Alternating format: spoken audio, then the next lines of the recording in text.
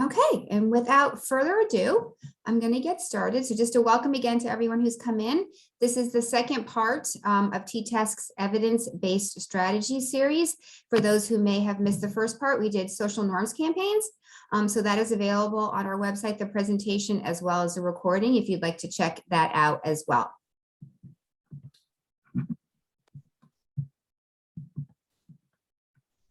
Okay, so today we were focusing on the evidence-based strategy of youth engagement.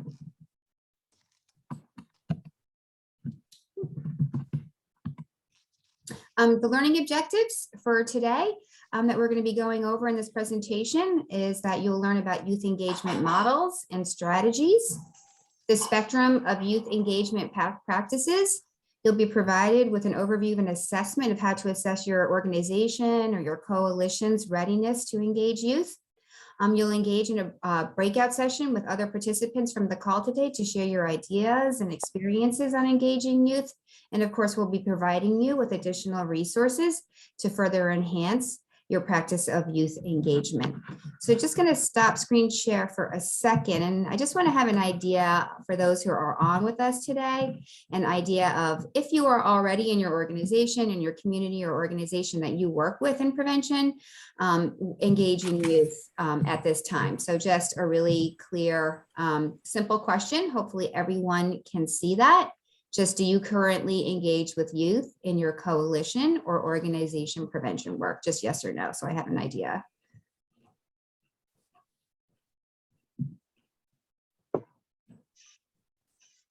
Still have a couple of answers coming in, so I'll give everyone a couple more seconds.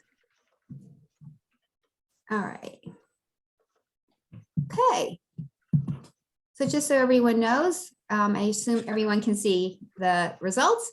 And the vast majority, 84, almost 85% of people are currently working with youth already. So that gives me an idea. So for those of you who aren't yet, that's okay. We're going to talk about how to start that process as well today.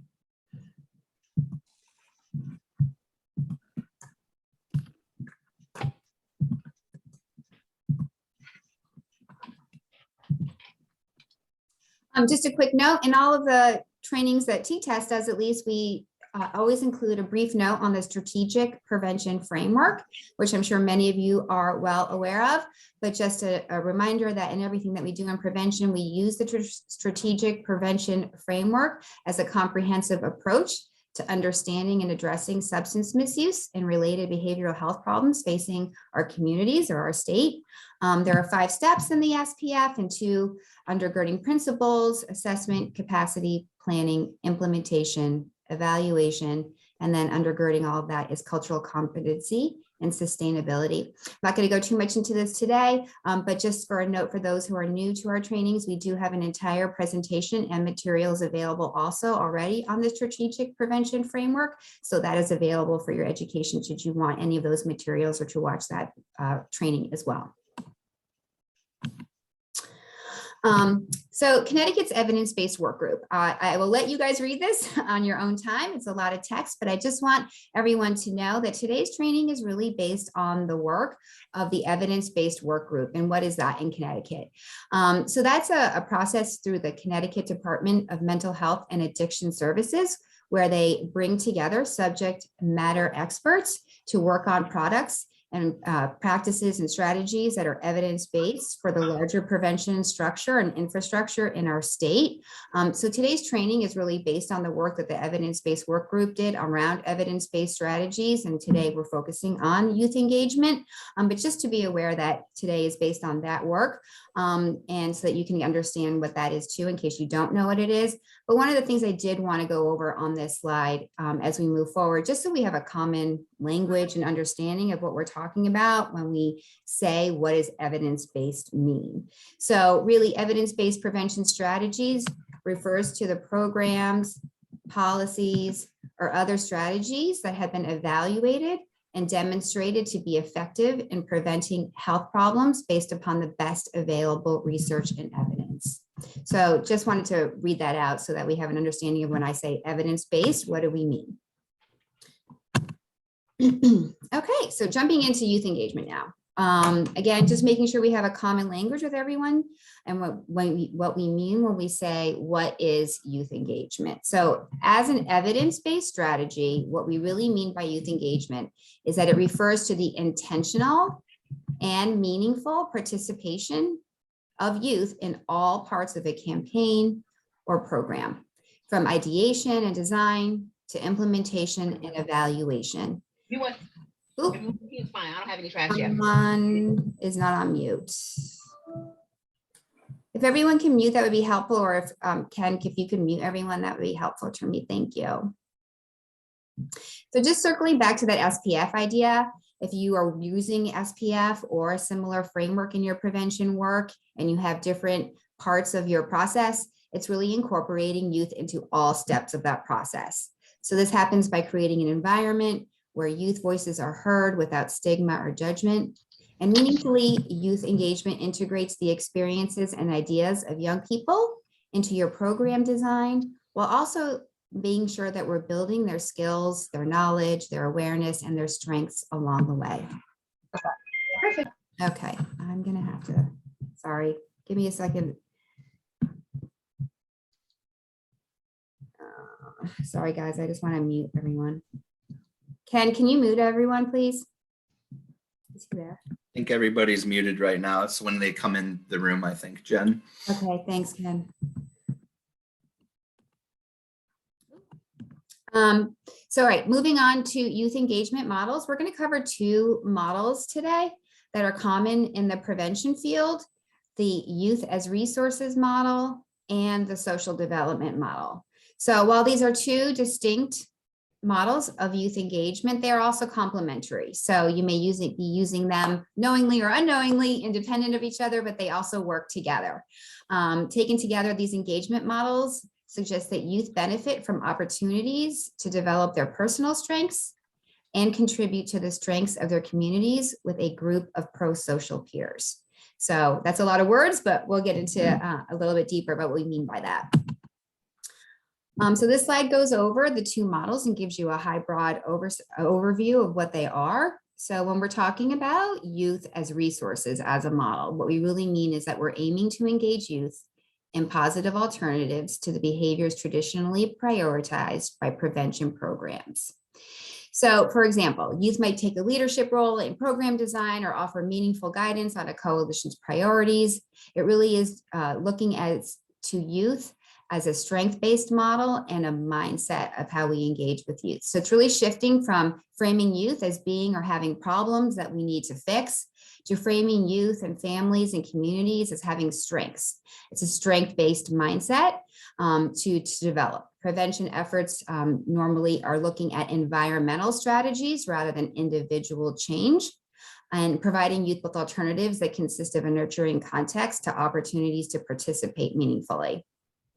And then when we're talking about the social development model, this really has to do with pro-social groups or their peer groups, and demonstrates the impact of peer groups on behavior. So positing that stable membership in a pro-social group of peers can positively influence an adolescent. This means providing spaces for whole peer groups to form, gather, learn, and create. This is saying that basically youth membership in a pro-social group results in pro-social behaviors, just as one would posit that membership in an antisocial group would result in antisocial behavior. So membership requires bonding with a group, which is defined as having a role, having skills to fulfill a role, and receiving positive signals for fulfilling that role. So just positive reinforcement. It's somewhat academic in nature, and when we're at T-Test, we do try to take the academic and turn it into the practical as you're out there doing all of this work, and provide lots of examples of how to do these things. So just breaking down those ideas a little bit further for you guys is youth as resources. You're really looking at youth as problem identifiers and problem solvers. They are the designers, the producers, and not necessarily just the consumers of what you may be doing, and just providing a higher level of engagement that enhances their skill and their leadership development. And when we're looking at the social development model, really providing an intentional structure for forming groups and peer groups, creating opportunities for them to come together, teaching them the necessary information or skills that they may need to engage in this work with you, and providing recognition to reinforce their participation. The social development model really has a high-end goal of helping youth bond or develop a sense of belonging to family, to schools, to their peers and community, and when these groups practice this model. So the social development model as an evidence-based model for youth engagement subscribes to the fact that when youth bond, they are more likely to subscribe to healthy norms and behaviors. So these are, kind of interdisciplinary ideas that reinforce each other. Otherwise, we might slip into some old hat behaviors or cycles of creating activities for youth as consumers, and just seeing them as people that we're supposed to give information to or fix or solve problems for, and switches that mindset around to having them lead the process. So just before I go on to the next slide, I will pause and you can use the chat. Ken, let me know if we have any questions, but if there's any thoughts or questions on either of the models or anything we've touched upon so far. Nothing yet? Nothing in the chat box, Jen. Okay, thanks, Ken. Yep. All right, we're going to move into youth engagement strategies. And on this, we're going to be talking about 5 different common strategies that I'm sure many of you are already familiar with and perhaps already doing. Youth peer advocates, youth adult partnerships, youth leadership within the formal coalition or your organization if you're not from a coalition today, youth councils or youth coalitions, and informal youth engagement strategies. So going through these a little bit each one by one, youth peer advocates are paid part-time professionals who support coalition coordinators and act as a liaison between the program, its youth participants, and community partners. So some of you may work with a coalition or an organization that requires you to have a youth peer advocate. Some of you may not be required to have them, but youth peer advocates are great in terms of being that liaison between different committees of your coalition or organization, and just providing that connection between your youth and the adults. I know that some of you may have youth peer advocates that are not paid necessarily, but from an evidence-based strategy, this is the route that the prevention field is working towards. If you don't, that youth peer advocates are really seen as paid professionals within our work. And again, T-Task does have a whole training on youth peer advocates and a whole package of products and tools for your use. If you'd like to learn more about youth peer advocates, we can certainly direct you to those resources and those trainings so you can get some more information on youth peer advocates if you would like that. So feel free to email me afterwards and I can point you in the direction for that. Youth adult partnerships. This is bringing youth and adults together in partnership to learn the requisite skills to meet their shared goals.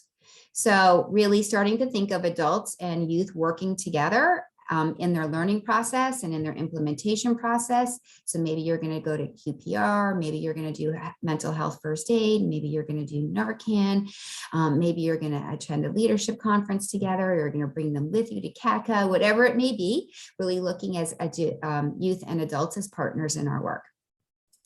Hey Jen, could I just jump in for have you answer a couple of quick questions that came in? Sure.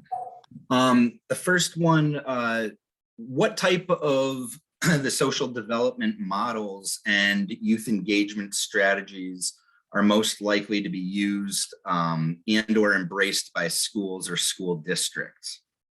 Okay, so social development models. And you said, sorry, the social development model, and what was the other part of it, Ken? I'm sorry. What type of social development models and youth strategies are most likely to be used by schools in their districts? Right. So, I mean, social development models where we're really trying to form those pro-social groups in terms of that. I mean, if you think of schools and all of the different groups that may be available, and if not, developed or created. So providing even down to middle school, a leadership club, any of the substance misuse or mental health groups like SAD that exist in school districts. And really it is just a space in school districts or, even parks and rec departments or youth service bureaus in your community, like a town youth council. So it's any space really that you're going to provide an environment where youth are coming together to develop their skills, their leadership, to get some education, training, and awareness. And I can think of a lot of examples in school districts where some things that you might not even think are prevention are preventive in nature, even sports and music and all of these things where they are coming together in a positive activity with a group of their peers and engaged in an activity that is positive versus not being so, forms that bonding to each other and to their school. So a lot of things, T-Test, we try to highlight the fact that so many people, either in school districts or just within your community, are already doing prevention, but they don't necessarily think of it that way. So any of those groups, and hopefully that answers the question to that. So if you have limited participation in activities or groups, even during the school day, advisory meetings are another example where we are teaching some SEL skills that happen in school districts as well. So I can certainly touch base after and give you a whole list of ideas that I have from a school district perspective as well. Hopefully that's helpful. Was there anything else, Ken? Yeah, and just one more thing that maybe in a follow-up email to everybody, we could address this, but you had referenced earlier some of the web-based training modules regarding youth engagement related strategies. Would we be able to include in our follow-up email some of those links and resources from today's training? So the good news is they're already linked at the end of this presentation. So when you get the copy of the presentation in the follow-up email today, you will have a direct link to Youth Peer Advocate, our 12-sector series on youth engagement, and some of the other materials that are coming from today. But I'm happy to also redirect anyone who wants to send me an email directly as well. But they are linked in this presentation for you already. Okay, great. And last question, do we know when part 1 will be up on the website? Social norms campaigns already is. Okay. Okay, I'll get a link for that and I'll get back to that. So that's all we have in the chat box right now. Okay, yeah, social norms video recording is on YouTube, and the presentation for social norms campaign and a social norms logic model template is all up on our website as well for part 1. Great. Okay. Okay, so jumping back into strategies, going on to youth leadership within the formal coalition structure can be scaffolded to support full involvement while youth develop their leadership skills. So again, we're talking about building youth into your organization or your coalition hierarchy or structure and making sure that they have a seat at that table, so to speak, and are around the table with you in terms of, as a formal declaration of their engagement and embedding them within the processes that you're working on in terms of your prevention work. Youth councils or youth coalitions. So you may have a youth committee or a youth group in your community or coalition that acts as a subcommittee within the coalition. And these just really offer an excellent leadership opportunity for kids where they are kind of, not doing their own thing. They're coming together with their own time in their own space. Perhaps they're working with the youth peer advocate or a volunteer or some of your staff members as a guide, but doing that work and coming up with ideas, getting some training, and implementing the activities that they may want to focus on, creating those PSAs, working on your social norms campaign. So having them work together and providing that space also supports the social model that we were talking about before. And then there's just, the informal youth engagement strategies that I know many of you already do, such as hosting events, having them present at any of your coalition events, reaching out, your recruitment efforts to reach out to different organizations or groups to recruit youth to participate in your work. And I was also just being mindful of subgroup populations here. Sometimes there can be a tendency for, some subgroup populations to be harder to reach and harder to recruit, being mindful of reaching out to those who may be able to assist you in reaching out to, a harder to reach group or subgroup population. So I know that when I was a coalition coordinator, I was seeing that myself. So I worked with building principals to say, you know, I'm having a youth committee, harder to reach subgroup populations, you know, do you have anyone in mind, and directly trying to recruit harder to reach groups or parents even to your coalition. So those are the strategies. Any questions on those? No? Okay. Oop. Nothing in the box. Okay. So one of the key takeaways for today in terms of youth engagement is thinking of youth engagement as a system. This would preclude relying on one-off engagement or feedback opportunities, and focuses on offering expansive involvement for youth, but brings them progressively closer to and eventually positions them as organizational and community leaders. So that's a bit of a mouthful, but really the big takeaway is not just engaging youth on one-off activities or one-off input sessions, but again, just embedding them into the processes and moving them up in their skill development and leadership development to position them really as the leaders of coalition work and prevention work in general. This slide does come from the evidence-based work group. It's a bit research heavy in terms of, you know, the content that undergirds this graphic on the right-hand side of the slide. I'm not going to read this to you, but I did want to make sure that I included it for you so that you have the information and can read it. The important part of this that I'm going to be focusing on today is this right-hand side of the slide. This is called the Youth Engagement Ladder. So if we're going to think of this as a ladder, so to speak. So there's the outside poles, and then there are these rungs, right? And to start, I'm going to be talking about the outer band here, those 4 colored boxes on the left-hand side. And this just gives us a conceptual framework to think about, you know, being mindful of this ladder and the steps that we take to elevate youth engagement. So at the bottom of our ladder, we have avoid, moving up into being heard. Then we've got collaborating with adults. And then there's building capacity for leadership. And then within each of those buckets, you'll see there are these different ladder rungs that go up the ladder. I'm going to go on to the next slide that also has this ladder, and I'm going to try and make this a little bit more practical for you in terms of real life examples that we see and how we move up the ladder in terms of our level of engagement with youth. Get rid of this screen. Sorry. Okay.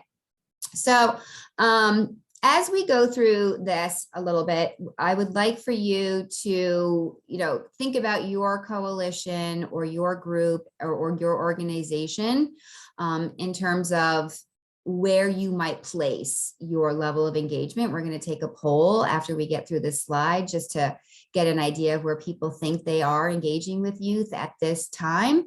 You know, and if you're not working with youth at all, that's okay. You know, this hopefully will help you understand the concept of moving up this engagement ladder. And I just want to make a note that I've been a coalition coordinator myself. I've worked with youth committees, and you know, you may be doing activities that fall all over this ladder, right? So maybe you have some things that might come under tokenism. Maybe you have some things that are under being heard, and you have some other activities that might be higher up. And that's okay. There's no right or wrong here, but just rather to be mindful of moving that engagement level up towards the top part of this ladder as you proceed in your work with youth. So starting at the bottom, what do we want to avoid really? Tokenism and decoration. So what does that really mean in terms of examples? So decoration might be utilizing youth to show community youth are involved, but not really giving them a meaningful role or voice. So, you know, having them be present at an event for one time, there's not really much thought or application to relationship building or to their leadership development.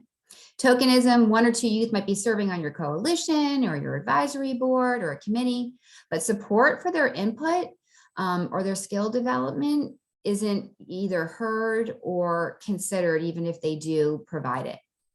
One thing we want to make sure not to do is to ask youth for their feedback or their input and then not incorporate that into our decision making, right? Because then they would be more likely to not want to share again in the future.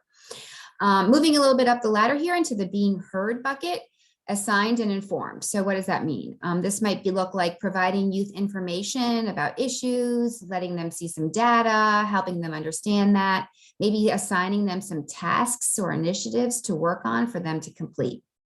So just as it says, assigned and informed.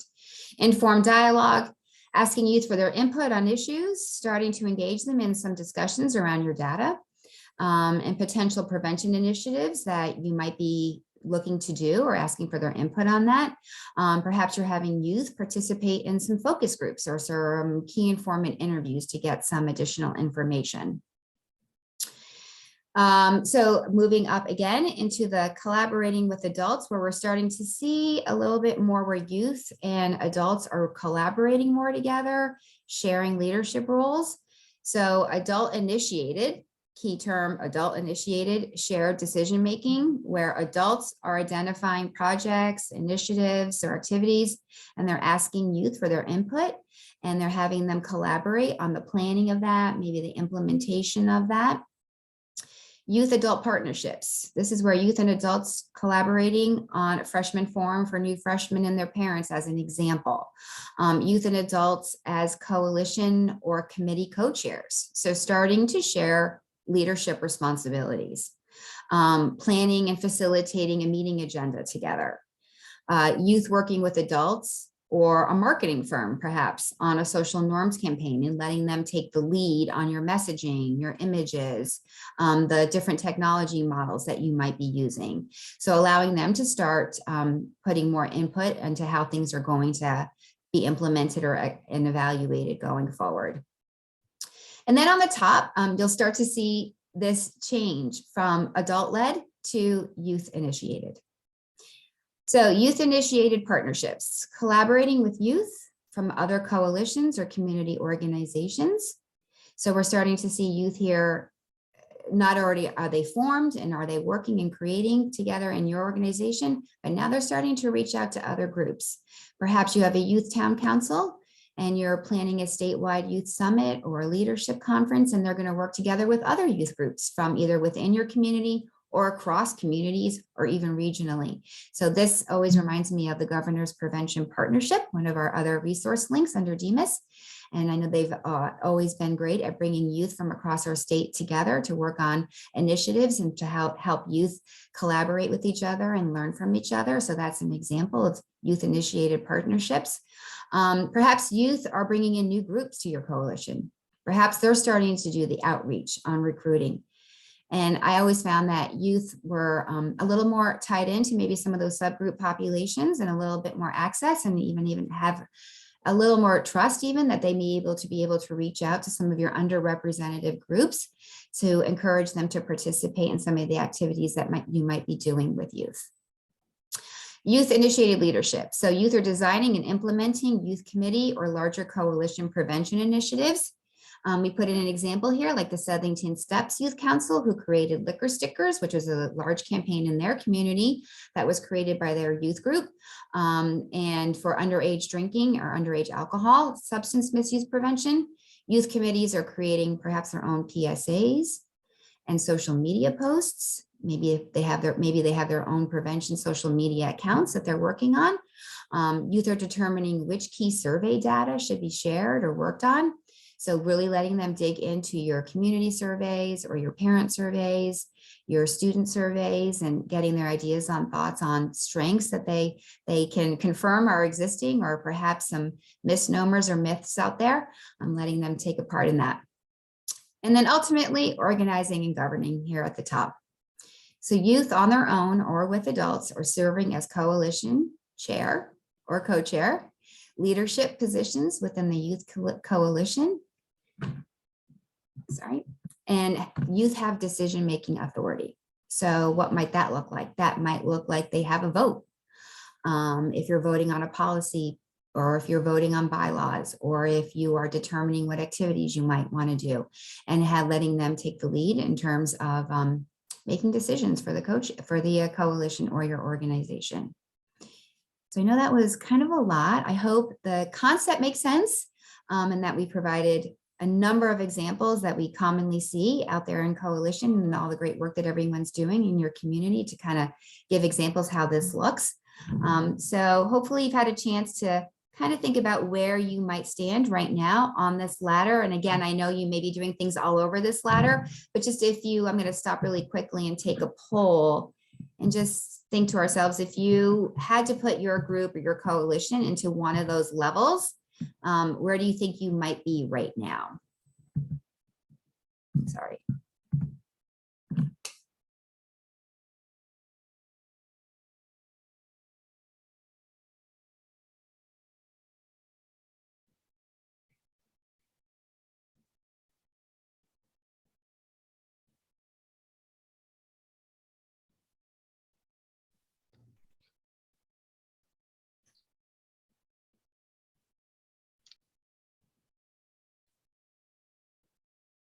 Okay.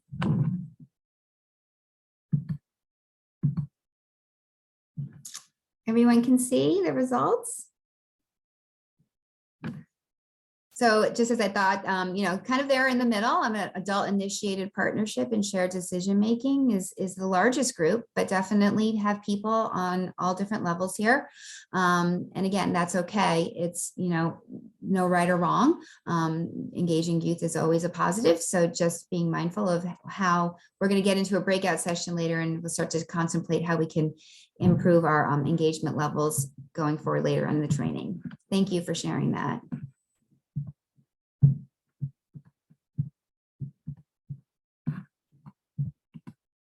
Okay. So Ken, there's no questions, right? I'm going to go on to the next part. Nope, no questions in the chat box. You're good. Okay, great. So here we're going to provide you guys with a youth engagement readiness assessment. And this is just a tool that came out of the evidence-based work group that I thought was really helpful and practical. And so in determining your engagement readiness, just utilizing a framework, whether it's this one or another one that you might find, for highlighting key insights about your stakeholders' current capacity, how a hopeful youth engagement initiative might take shape, or how a current initiative might be strengthened. So I thought this is really helpful tool in terms of just simply asking a series of questions and then providing you with a bunch of options that you might be able to utilize. And some of it might be applicable and a good fit for your community or for your coalition, and some of it might not be. But I thought that this would be a really neat activity to do either at a coalition meeting or at a youth committee meeting. And I'm going to make this assessment available to you as a standalone PDF, so it can be easily printed for you if you'd like to just print this one page out and not have to print out the entire presentation. So you can use this if you'd like to. So just a series of questions. So as you look at your youth engagement or building capacity around youth engagement, in what activities will youth participate? Simple question. Are they going to be doing program design? How are they going to participate in evaluation, determining how dollars might be spent, policy making, advocacy? So just a bunch of ideas there. Which youth will participate? Existing group members? How are you going to reach new participants?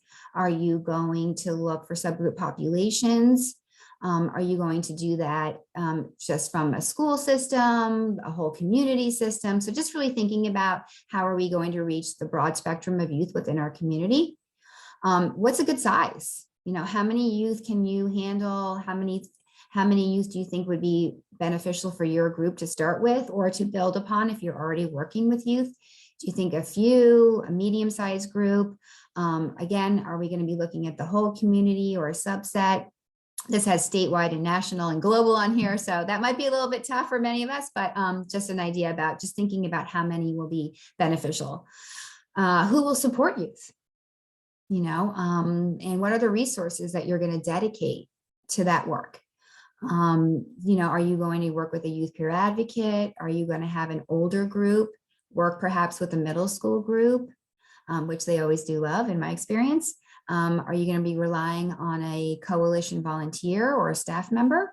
So who's going to support their work? What roles will youth have? So how do you want them to be engaged? What do they think that they could do? Are they going to do your social norms campaign? Are they going to be paid? Are they going to have voting rights? Are they going to serve as peer mentors?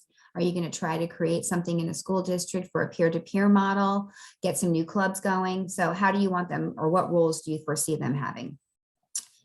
I think one of the most important questions on here is, are the adults ready, right? Are we ready to work with youth in this level of engagement? Do we have respect for their voice?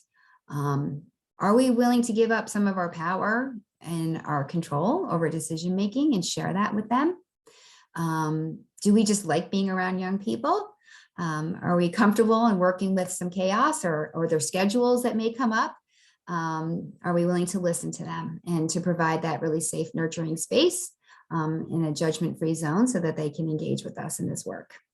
So for me, that's one of the most important questions. And then again, are the youth ready? Are they willing to partner with adults? Do they feel that they're in this space that can happen?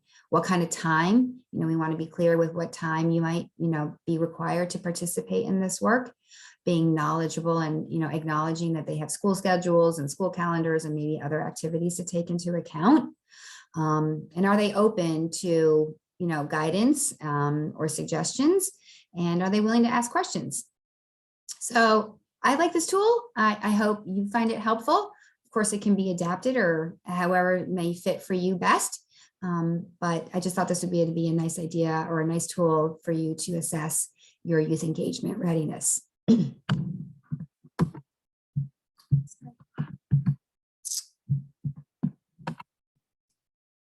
Okay.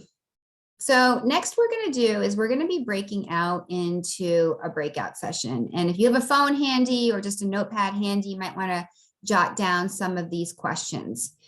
And as we go into breakout session, the big takeaway really for me and for this time for you together is to share your experiences, your ideas, challenges, or questions on youth engagement and where you are right now and where you hope to go. So I did provide a few questions to help guide your session. If you don't get to all of them, that's okay.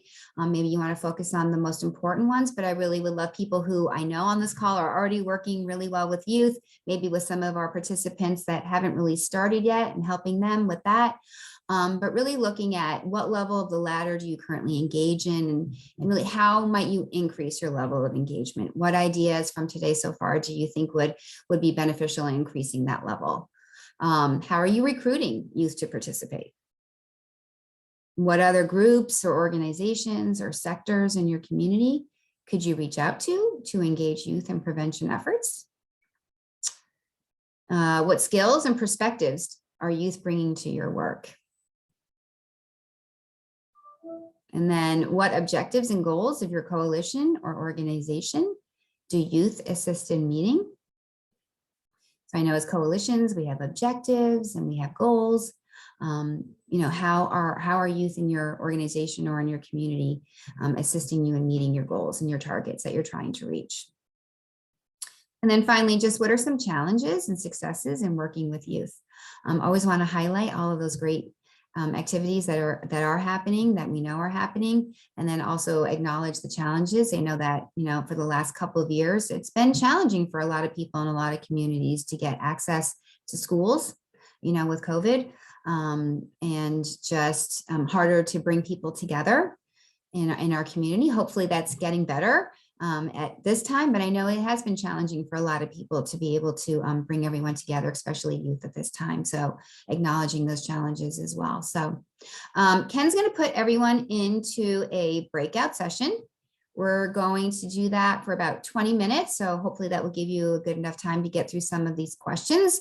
If you could assign someone to just be a note taker, because when we come back together, I'll just be calling on people to share some of their answers to these questions and really look forward to hearing your ideas on youth engagement, what you're doing, and how we can all move forward together. So Ken, you want to put everyone into a breakout session? Sure. Would you like 7 rooms? Sure. Okay. Give me just a moment here.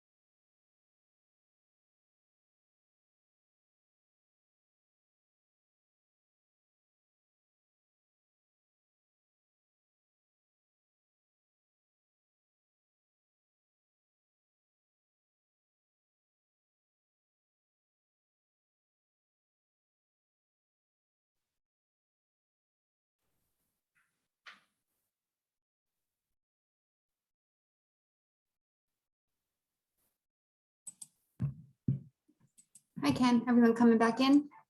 Yep. Thank you. Give people maybe another 40 seconds or so. Okay, sure.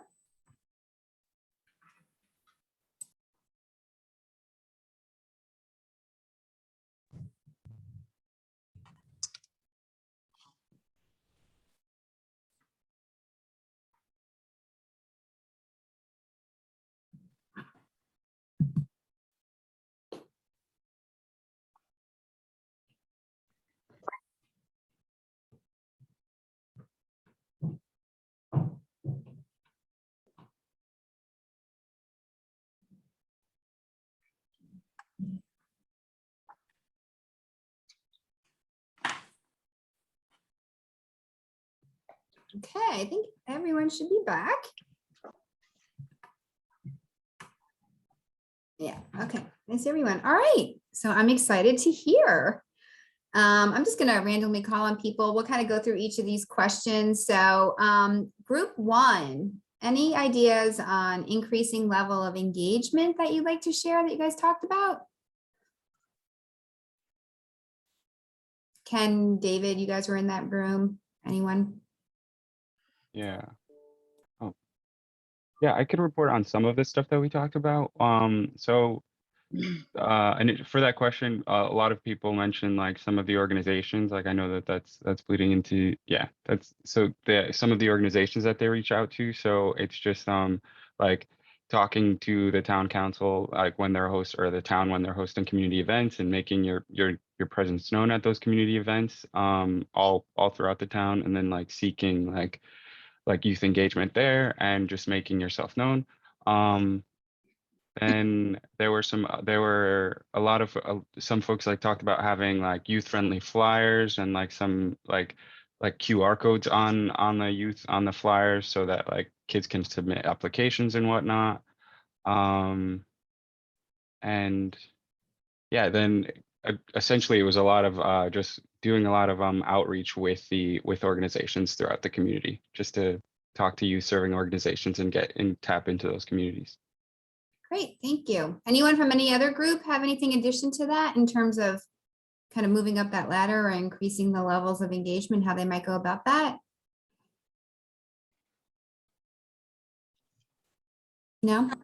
Well, one thing in our group, so I work for Readiness now, but I was in Clinton for 11 years. So I was speaking through that with that hat on. One thing we found success with was literally just thinking about all the different things that go on either in your school or in your community, and like approaching the adult leaders of that and saying like, where's the opportunity for a young person here? So like, for example, our Rotary Club every year does a cancer walk, and could the kids be the ones that light the luminaries and things like that. And we found so many different ways to build relationships and provide opportunities for kids. And then all of a sudden the kids were like, oh, I'm recognized in town now, and I have this relationship with Rotary, the library, the police, or whatever. So they were acting more responsibly because they were recognized, and they felt responsible for the town because they were included in planning and events and leadership like that. So like I would seriously recommend everybody just like think outside the box with everything that you like can think of, and is there a spot that a young person could be part of it, and then talk to the adult leaders about it. We found some crazy things, but it was very fun in the same time. Awesome insight. Thank you so much, Kelly. My thought is reach directly out to the youth. As you were saying, I forgot what the lady's name was before I was speaking. You feel important when they're included and when they're recognized. So sometimes just reach out to the youth. There doesn't always have to be an adult link. There are many opportunities to reach out to youth, find out what their interests are. When they feel like they're important, as you said, they want to be involved because they want to be recognized. So sometimes there are community groups. Like I was talking to someone from Windsor. I always noticed that Windsor always has things on social media for youth, Windsor Recreation, Windsor, what have you. And it's constantly going to the avenues where the posts of the youth are and getting their opinions. they love to participate in surveys and as someone else said, TikTok, things of those nature. Reach out to the posts of where they are. And I mean, you have to include the adults at some point, but you know, they feel more included and more important when their opinion is asked first. Great point, Tammy. Thank you. Okay.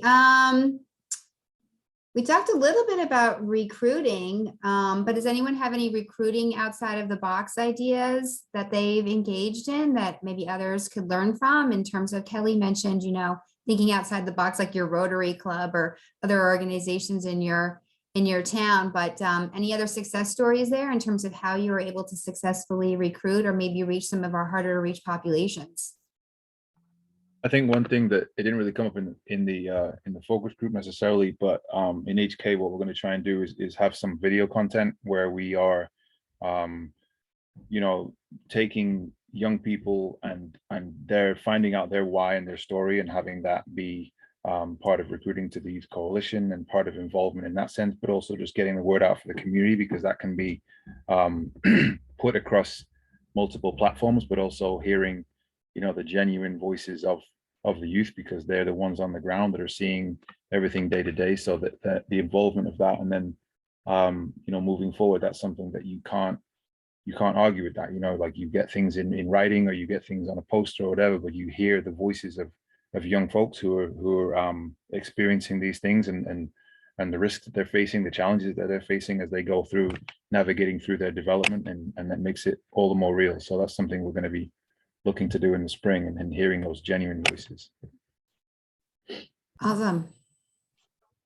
Can I say, sorry, another piece is like when you said thinking out of the box, there are like people who have language barriers, want to be involved, things of that nature. Collaborate with other like Girl Scouts, Boy Scouts, Hispanic Council. There are a lot of organizations that have a pool of youth that want to do things, not just with that organization, but nobody's looking to them. Case in point, Hartford Foundation had an organization that I was working with the Get Out the Count, which was the census piece. We reached out to youth, but we reached out to other organizations such as Blue Hills Civic Organization. Hype is another organization that's in Hartford. Different faith-based organizations. I mean, youth they want to be involved. And we came up and we coined no count, no cash, you know, and we also had it done in a few different languages from the pool of youth that we have. So when you talk about thinking out the box, think about including other people who may not, like you said, be the norm to what's going on. Everyone wants to be involved.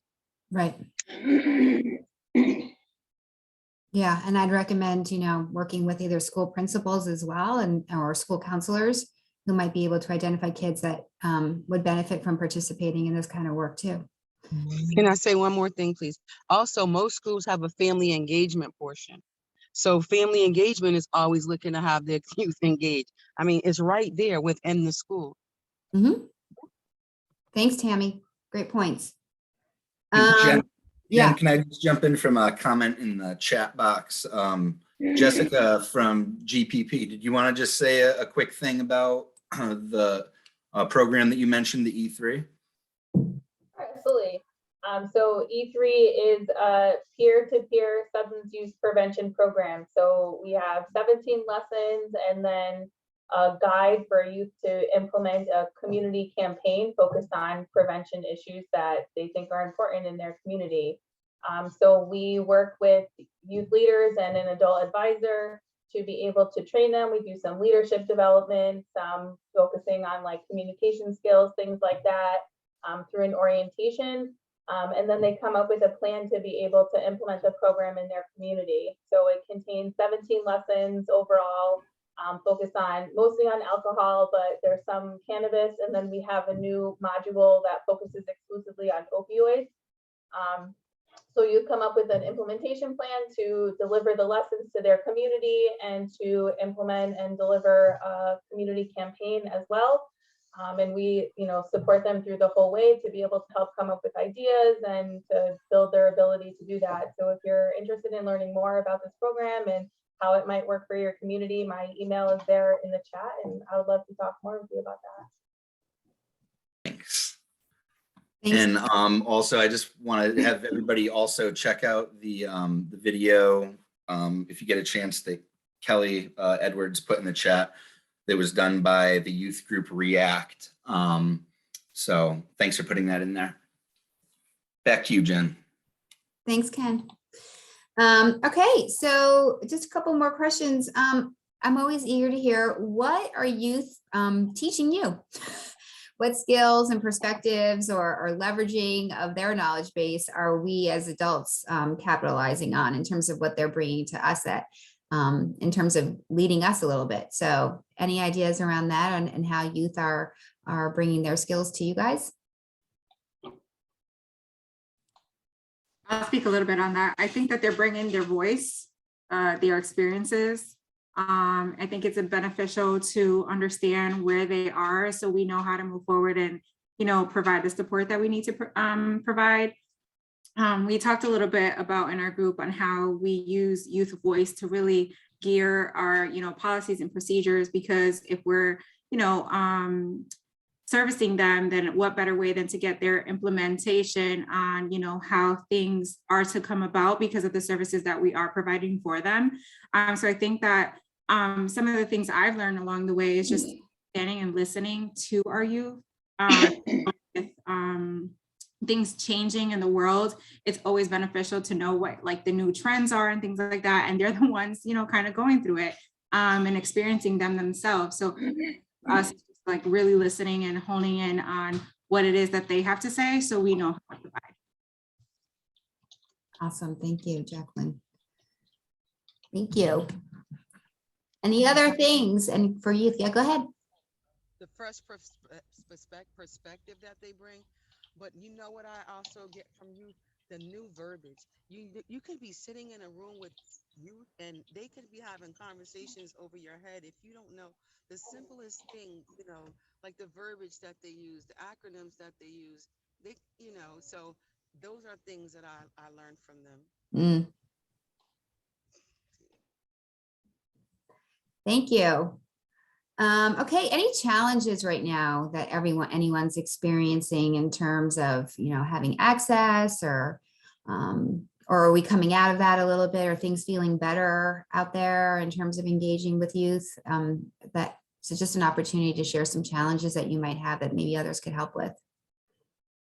If not, I'll be very happy. No, good. All right. Sorry, go ahead. I think sometimes we have to take time to make sure we equip and build the capacity of youth to be able to take on leadership positions. I also really appreciated when you talked about adults being prepared for that, because it's definitely a mind shift that, both sides of this equation have to work on that. But I think that, making sure we're taking the time that youth are comfortable and that they have the confidence to take on leadership roles is a really important piece of it. Yeah. Really important piece. Okay, great, you guys. Thank you so much for sharing that and your experiences. Okay, just moving on to a little bit. We're about to wrap up soon, but we have a 12 sector, another training in part of our 12 sector series on engaging youth. So this slide, I just pulled a bunch of ideas from that presentation on other ways that you can read at your own leisure when you get the presentation in terms of other ideas on engaging youth, from leveraging their, technology and social media, letting them co-lead at presentations before town bodies, providing them with trainings that they can do with adults or as a coalition or as a youth committee. And just, again, somebody else mentioned on here the importance of relationship building and capacity building. So the more that they're engaged with other sectors of your youth, whether it be law enforcement, whether that be faith-based organizations, elected officials, et cetera. So relationship building is one of the key pillars here in terms of building that confidence to take a leadership. So just a slide here with some more ideas on ways to engage youth. And again, this is linked at the end of the presentation if you want to look at the engaging youth training that we have.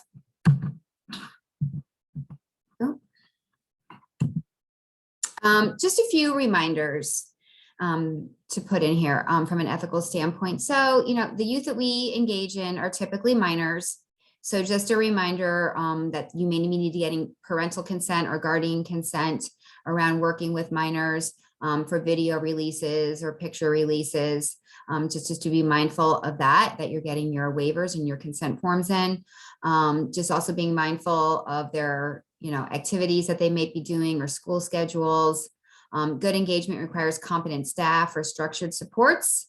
Perhaps if you are finding it difficult to recruit youth, because of what the activities that you may be doing now, perhaps they can be helpful in redesigning your programming and creating something new that you could do.